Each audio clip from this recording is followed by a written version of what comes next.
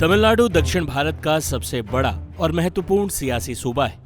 लोकसभा की 39 सीटें तमिलनाडु से आती हैं, लेकिन लंबे वक्त तक हिंदी पट्टी की पार्टी समझे जाने वाली बीजेपी कभी तमिलनाडु में राजनीतिक जमीन हासिल नहीं कर पाई। हालांकि इस बार तमिलनाडु में खेल हो सकता है।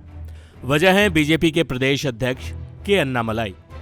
पूर्व आईपीएस अन्नामलाई तमिलनाडु की हर विधानसभा सीट की यात्रा कर चुके हैं।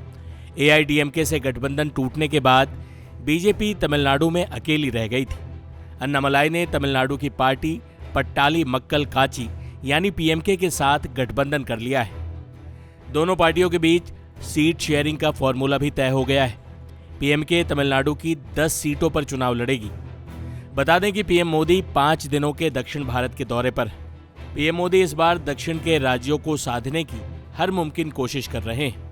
19 मार्च को केरल में रोड शो करने के बाद पीएम मोदी तमिलनाडु के सेलम पहुंचे। यहां भी पीएम मोदी ने तमिलनाडु में बीजेपी के शानदार प्रदर्शन करने की उम्मीद जताई, साथ ही गठबंधन के नए साथियों का भी धन्यवाद दिया। साथियों, तमिलनाडु में एनडीए विजय का विश्वास लेकर के आपके आशीर्वाद लेने आई है। तमिलनाडु में जिनसे हमारा गठबंधन हुआ है, जो सारे हमारे नेता एनडीए का नेतृत्व कर रहे हैं और जिन्होंने डेवलप तमिलनाडु, डेवलप भारत का संकल्प लिया है, मैं उनमें से हर एक दल के नेता का, हर सीनियर नेता का आज आदरपूर्वक धन्यवाद करता हूं। आप ये मानकर चलिए कि मैं इन सभी आदरणीय नेताओं का नामोल्लेख कर ही रहा हूं और आज सबका हृदय से धन्यवाद कर रहा हूं। आपके साथ से, आपके सहयोग से हमको और तमिलनाडु को नई ऊंचाई पर ले जाकर के, भारत को नई ऊंचाई पर ले जाकर के, डेवलपमेंट की नई ऊंचाइयां पार करके हम दिखाएंगे, ये हम सबकी आपको गारंटी है। पीएमके का भाजपा के साथ आना एनडीए में रहे एआईडीएमके के लिए झटका माना जा रहा है।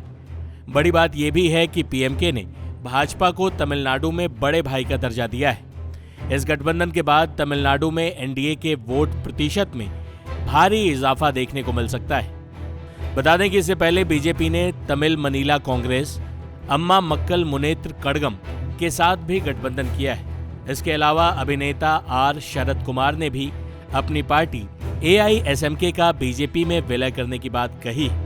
बता दें कि तमिलनाडु में अन्नामलाई ने दावा भी किया था कि बीजेपी इस बार तमिलनाडु में चौंकाने वाले नतीजे लाने जा रही है। तमिलनाडु में बीजेपी के नए साथी पीएमके के बारे में भी बता देते हैं।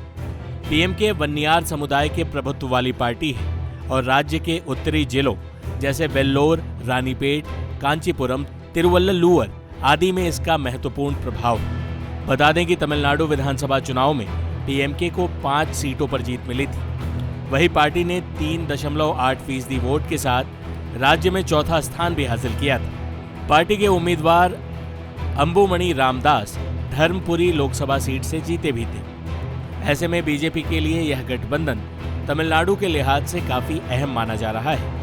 पीएम मोदी के लगातार दक्षिण भारत के दौरे हों या के अन्नामलाई का क्रेज, तमिलनाडु में इस बार बीजेपी के बड़ा खेल करने के संकेत साफ है। लेकिन अंतिम मोहर तो लोकसभा चुनावों के परिणामों के बाद ही लग पाएगी। टाइम्स नाउ नव भारत डिजिटल की रिपोर्ट।